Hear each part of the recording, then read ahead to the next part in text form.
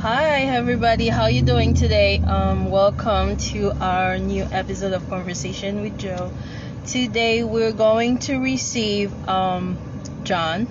John is a musician, so he's going to bring us in his world and tell us how it is to be a musician. So I'm very excited about this. So let me add him real quick on the line.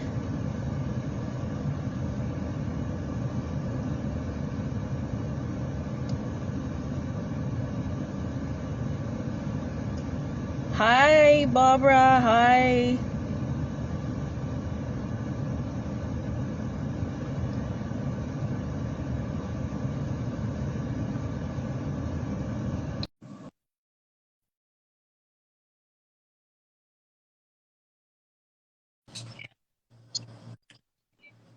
Hi, how are you? Hey, good. How you doing? I'm good. Welcome. Thanks for joining us today. Yeah, thanks for having me. Awesome. Amazing. So, I'll let you introduce yourself before I start asking you the question. All right, sure. Hey, everyone. I'm John Calve. I'm based out of New York City. I'm a singer, songwriter, musician with Anchorlot. That's what this handle is for my Instagram channel. But I'm also founder of a nonprofit for social emotional learning and character development for kids. And I'm part of a CEO Action for Racial Equity Fellowship, which has been an awesome journey. And that's for passing policy for the 47 plus Americans in this country. So like to dabble in a lot of different things, but I think a lot of this will be probably centered around just the creativity and the things I pursued there and with music. Awesome. You're doing amazing jobs. So many different things at the same time. That's amazing. Yeah, thanks. Yeah, you too. So, my first question for you today is, how did you start playing music? Yes, when I was 12, I'm going to date myself here. I'm not sure how old people here are listening, but I was huge into the 90s rock, hip hop as well. But I was really influenced by early 90s rock. That really influenced me to want to be a musician and to be on stage, to be a rock star, really, to sing and play guitar. And then through that, I tried originally and didn't really learn much because I was just doing it on my own, learning some basic chords, and actually ended up quitting when I was 12. And then it resurfaced again. I mean, I never lost the drive, but I kind of got deflated from that experience.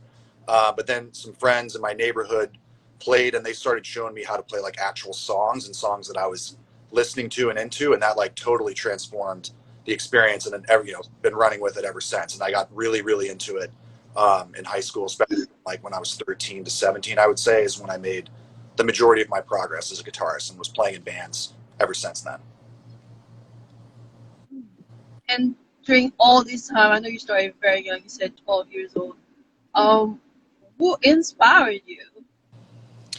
Yeah, I think it's really, besides the rock stars and all these bands, which of course definitely got me really interested in wanting to do this, as we probably all have in our dreams and aspirations. These people who have the platforms to influence us, but yeah, really, it was just my friends and the network around me. Just I think that's the beautiful thing about life, is just the people we come into contact with, sometimes randomly, can teach us so much and inspire us to want to be better at something, or just to even pick up and do something we might have never thought of doing. So I think, yeah, I think just that my friends and my network.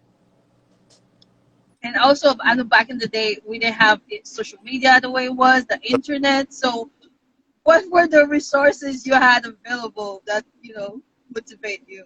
Yeah, exactly. I mean, well, that's exactly who it was. You had to like knock on somebody's door or give them a call on their phone and talk to their parent before you could speak to them, right? It was an odd time relative to now. So that time, networking is still really important. In fact, it's become only more important. Of course, we've done that, the two of us, on social media, and that's one of the great things about social media, which I would obviously encourage everyone to do. But at that time, it was just the people from school, my friends and friends of friends, and people I came into contact with in the neighborhood. And how did you transition from music to nonprofit? Because that's pretty amazing. Yeah, I think music, it's like, as far as one thing that I love doing, it's definitely music. I mean, I love performing. I love the creative aspect of it, the emotional release, the catharsis, all of that. Um, but as I started getting older, I realized in high school I had a wake up call of trying to do a bunch of things and trying to get personal recognition for what I was doing and to be congratulated and for people to think highly of me. And I definitely got humbled through a lot of that experience and so many different things I was doing, like varsity sports and music and other things. Um, and as I got older, I realized, like, if you're not doing it for other people and if you're not out to help others, then you're just going to hopefully sooner rather than later realize at some point, like, what you're doing is just about vanity and it's just about your own ego. And it's a very empty feeling. And and for anyone who's, on that path, I would hope that, you come to that reckoning sooner rather than later, right? I can't even imagine, like, coming to that realization later in my life. So that got me in a trajectory of wanting to help people and community service and things that a lot of us do. But then I really put it into my music. And then through that journey of the video you were in, the music video you were in with me, and being more socially conscious about that, I started pushing that through my music. But then it started giving me many other ideas, and it was something, about just, there are a lot of ways to help people. And that connected me to other people, gave me better ideas about what I wanted to do. And then my partner and I, asked the question when we were sitting around having a conversation, what really holds people back and really keeps people down. Obviously, economics and poverty, it's very complex, but with this particular, nonprofit, it was really, I said, the answer was, for me was simple, was, just the internal foundation and, like, the courage, the bravery, how to be resilient, how to deal with suffering and adversity, and, like, how we don't teach that in this country. We don't teach it in school. And I think a lot of my music is about that. So it was kind of a natural transition in terms of the messaging of the music to doing what I love doing, which is to obviously help people, but to talk about real life things, talk about our feelings, talk about the things going on inside of us that we really need to get out and that we really need to sort through. And also, I realized, based on my personal experience, that nonprofit is not for everybody. You really have to have a heart for it. Yeah. And really love others and want to help. Mm-hmm. So thank you for doing the work that you do. Yeah, and you too. And my next question is, I know that you, at the beginning, you listed all the different things that you're doing. So I want to ask you, what are the challenges that you met by doing all of this? Is it really possible to, like, pursuing many different dreams at the same time? So, like, talk to us, let us know. And I know you also have a family, so how you juggle all of this too? Yeah. I mean, it's definitely a challenge, and you have to, one of the biggest things in life is learning how to manage your time and prioritize what you want to be doing. So, because you can't be doing everything at once, you can't be boiling the ocean. So, music has, throughout the pandemic, because we couldn't perform until recently, and kind of took a back seat, and that created more space for other things, right? And then I was fortunate enough through my company, which is a consulting company, to be able to join this CEO Action for Racial Equity through that. And then simultaneously, we started the nonprofit. So you just have to juggle your time intelligently. Obviously have a to-do list. If you don't have one, like, those are very helpful because whatever helps keep you organized, right? You gotta level set with yourself on the things you want to do and how you're going to get there, and then really even put some time to each of those tasks and how much it's going to take, because the more things you do, the more you diminish any one thing you're doing, right? So it's time prioritization, and then hopefully you work with other people. Like, for example, in my nonprofit, my partner has been able to do a lot of the work, so I haven't been devoting a ton of time to it. I haven't had to, which is great. So that's allowed me to have that while also doing this CEO Action for Racial Equity full-time, also my full-time job as part of that. And then I'm doing the musician stuff on the side too. So just being very honest with yourself, writing it down, get your to-do list, prioritize what you want to be doing with your time, because we only have so much time in a day and so much energy. I know. Yeah. When do you sleep? Well, I sleep pretty well, actually. That's the thing. I mean, I think this is actually what my job has helped me with a lot in consulting and working with a lot of clients. You learn how to, you have to learn how to manage your time, because if you don't learn how to prioritize, like, okay, there are all these deadlines or things you have to do, but you have to learn. This is part of the emotional intelligence too, right? Of know what other people want. Some people are more chillaxed than others, so they're not looking for you to get them something today or tomorrow. And I think a lot of people get confused, thinking they get overwhelmed, thinking they do so much.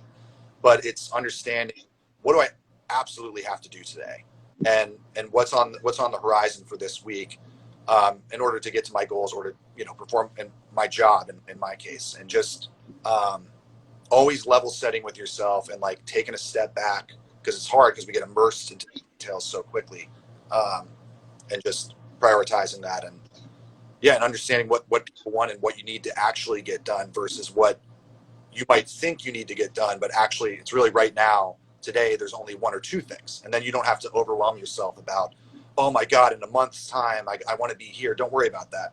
All you can focus on is what you got to do today. So You mentioned time management and prioritizing a lot. So how do you deal with your social life? Because I know personally I have that issue, because not everybody understands that your schedule, all the things that you have to do, your work schedule, your personal life, you have to deal with your family and stuff. So how that goes, like, how do you deal with that? If you have some advice, like, throw them at me. yeah, it's just like everything else, right? It's another thing. You got to create space for it. And I mean, relationships are so important. So I think it's one of the biggest things that probably a lot of us have realized during the pandemic, right? Like, social media can only get you so far in terms of that fulfillment. We really need each other. We really need to be around each other, or talking to people is great too, but really being with people in person, there's like a different connection. So I just make more time for that. It has changed for sure during the pandemic. I see my friends maybe not even twice, because the week is for working. And I've learned that, though, it's good to break up the week too, and like go out for, if you drink or whatever, meet up with somebody or through a hobby for working out, whatever you enjoy doing. I think breaking up the week is really important. That's something I need to do a better job of. So I'm not doing a great job at it either, but at least, definitely always trying to make time for your friends and for people, because it's very important, and it has really serious impacts on our health too. So Thank you so much for sharing that with us. Next question. What's the most important things that you learned in your life, and what difference did it make to in your life? what was the second part? What have I learned? And then What's different did it make in your life? yeah, right. This is not a popular topic, but I think realizing that suffering and adversity is 100% inevitable, and it's going to happen, and it's never going to stop happening. Now, it doesn't mean it's going to happen all the time and your life is going to be constantly miserable. I'm not saying that, but it's learning that not only is it going to happen, but that it's actually very important that it happens, because without adversity and without suffering, we don't learn anything. You have to struggle, you have to go through things, and you have to be courageous, and you have to walk through the fire, and you got to face them head on. And I think we don't teach that at all in this country. We say, well, if you want it now, you got to get it right now. And I want it right now. Why can't I just have it now? I got my dream. You can be whoever you want to be. Yeah, that's like some of the worst advice I think we give, our kids and stuff. It's terrible.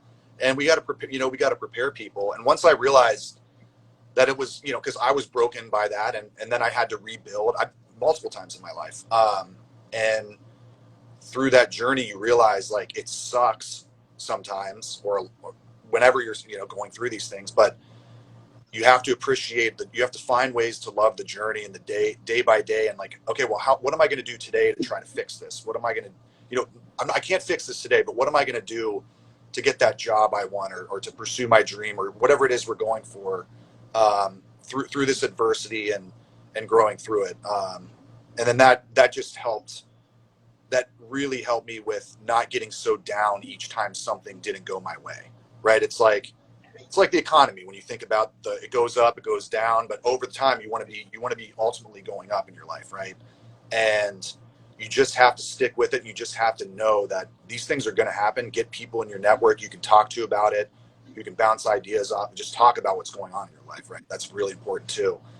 And that now when I get knocked off the horse, right, I get back on a lot sooner versus when I was younger in my life, and I'd be really depressed for a couple months. Or and you just have to understand this is part of life. And then, the beauty of it is you keep climbing the mountaintops, right, and you get to the next peak, and you get to look back and go, holy shit, like I did all of that.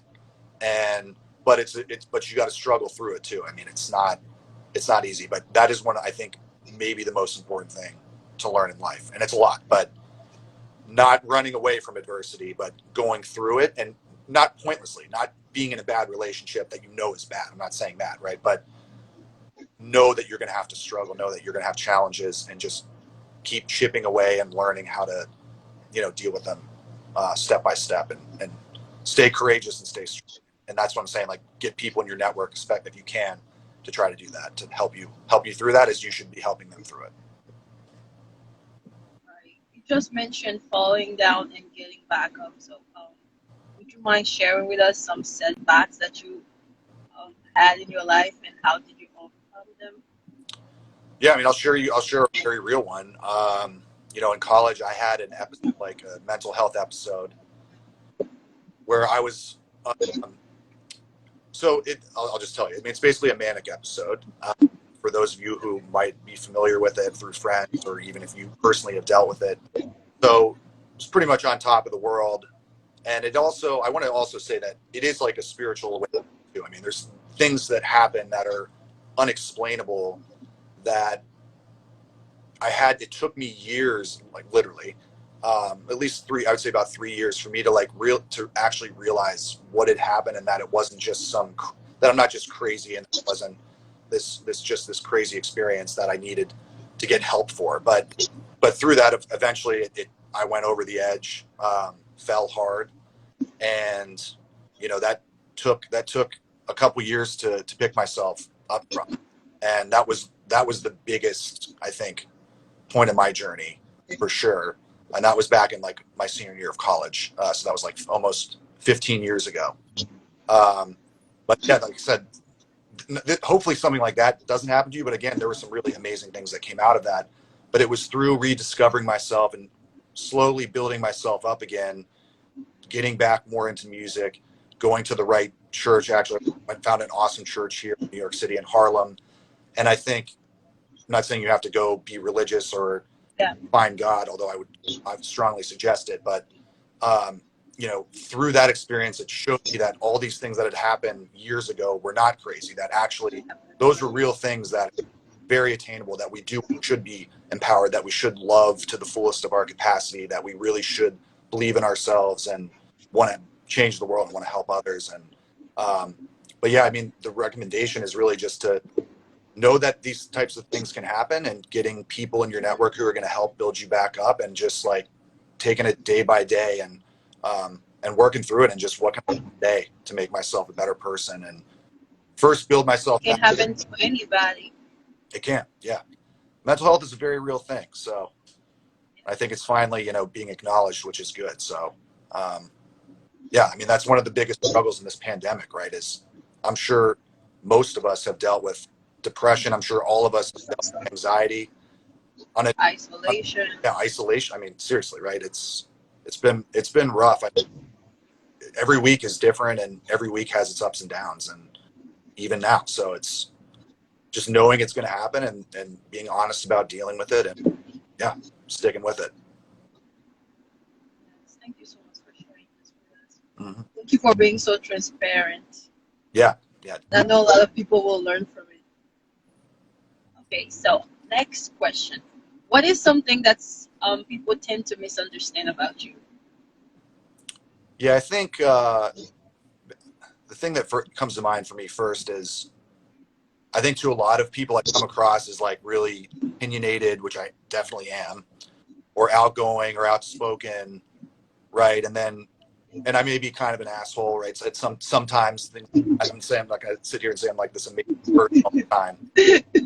But, I think people, they see that, and like, we have this really simple way of judging people in this country, and probably the world too. I mean, I can't speak for the rest of them. That they don't see that I actually have this very sensitive side, that I'm actually very empathetic, very loving, and a kind person too. When people get to know me, they do get to experience that. But I think they see like, oh, this guy, dude, shut up, man. I get it, right? Like, the people might be saying that too. Like, dude, I get it, suffering, right? It's like you got to suffer, right? Like, it's like enough of this. Positive, like, or but like, people have multiple sides to them, right? It's not, nobody is just this. Nobody is just an extrovert. Nobody is just an introvert, right? All this stuff. So. All have our moments. Exactly. Yeah, that's true. Awesome. Okay. So, what's the best? What would you say your biggest achievement is to date? So even with all this, I'm going to say that, like the stuff I've been talking about, because I'm still on the journey, and I think there's still a long way to go. And I say that in an exciting sense. Like, we should always keep growing.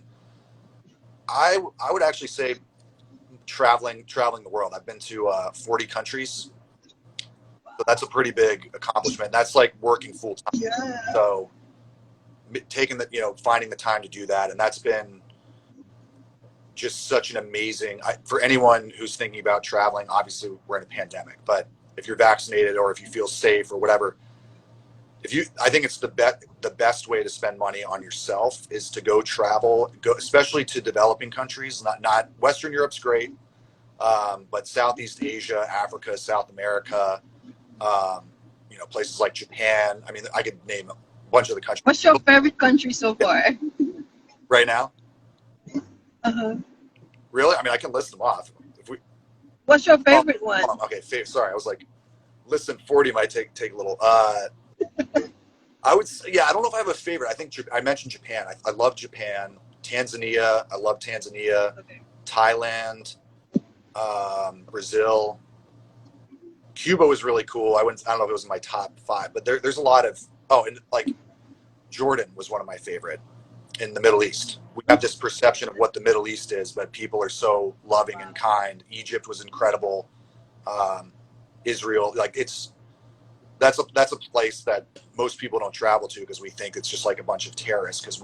I know, or you're just scared you're gonna get stuck or something gonna happen. Yeah, and it's like even Israel, going to Jerusalem, it's not fully safe, but I think you find that most of the world is very safe, and that people almost everywhere are very kind and helpful. I think it's one of the biggest eye-opening things about traveling, and then just seeing how people can live with so little and still be so happy.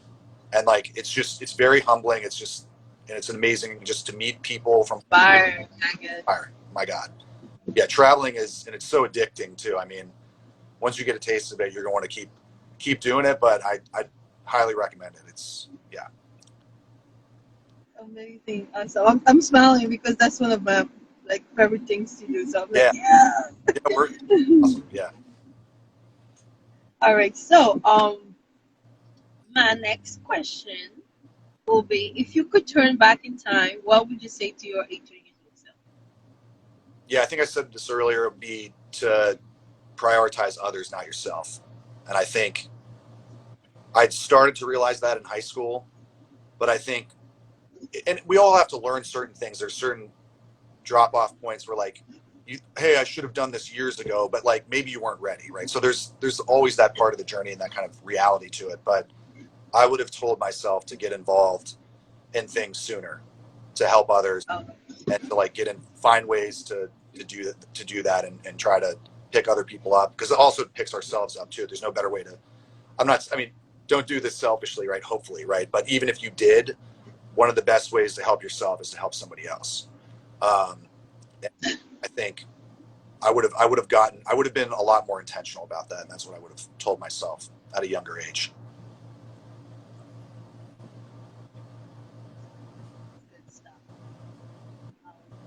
And what's the best compliment you ever received?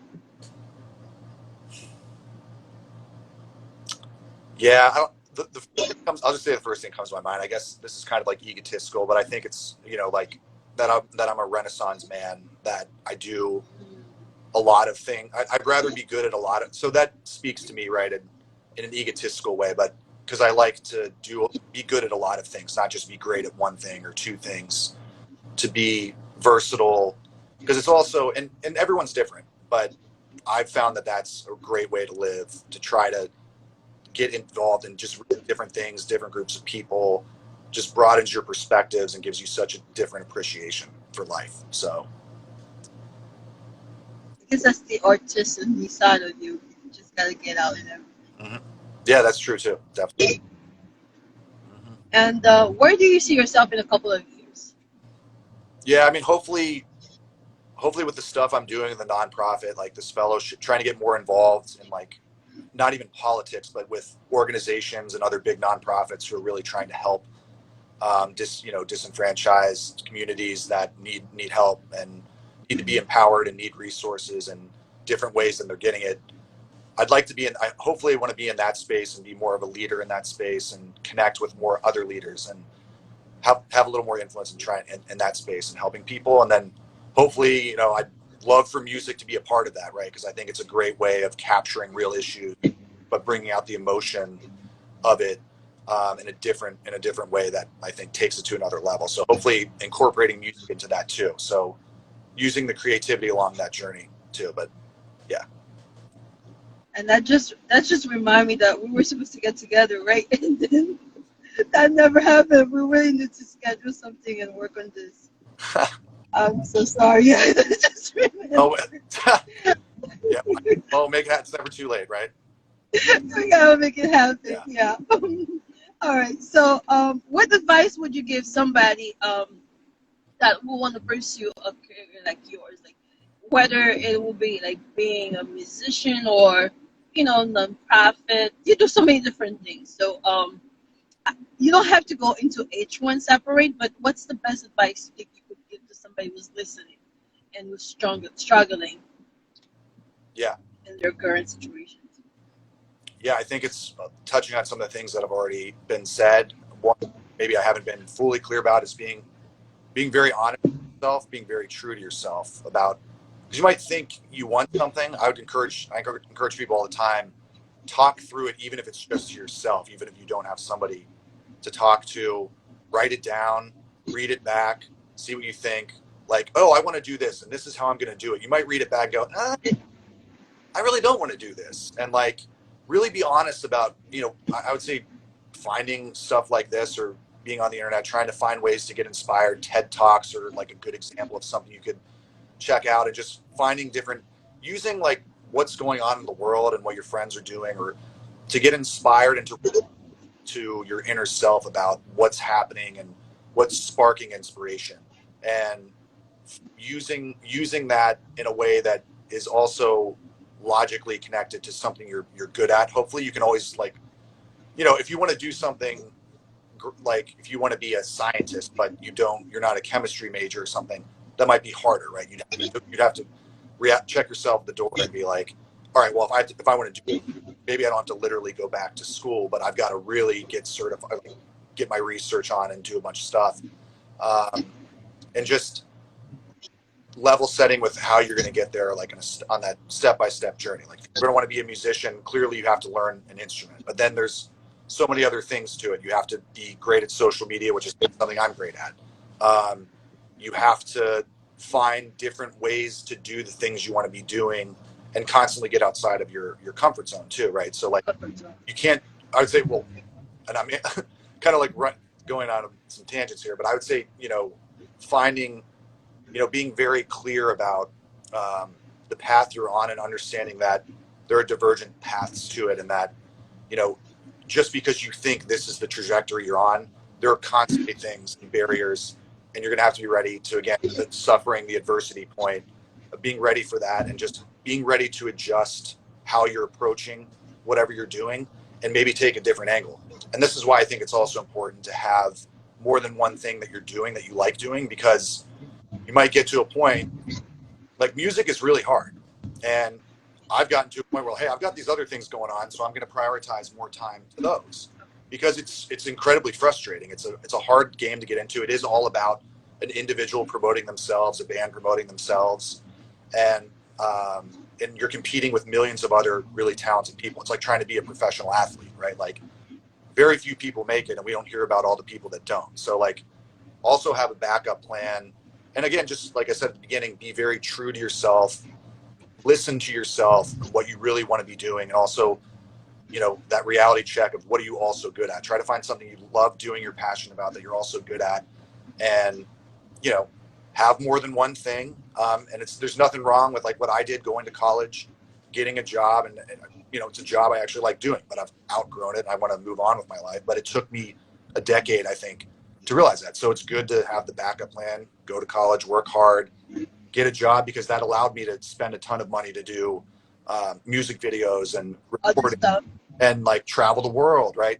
So there's nothing wrong with doing the, you know, might call this straight and narrow, like the college, get a job, even if you're not passionate about it, but like always thinking about how can you sidestep from that? How can you network with the right people to do something else that maybe you can jump into, kind of like where I'm at in my life. And it took 15 years after college, right? I mean, the stuff sometimes takes a while, but that was also my, you know, realizing it later too. So it could happen a lot earlier, just listening to yourself and not getting too comfortable. Just, oh, well, this is my career and I just got to stick with it. Or, well, this is going to be too hard, so I just shouldn't even try.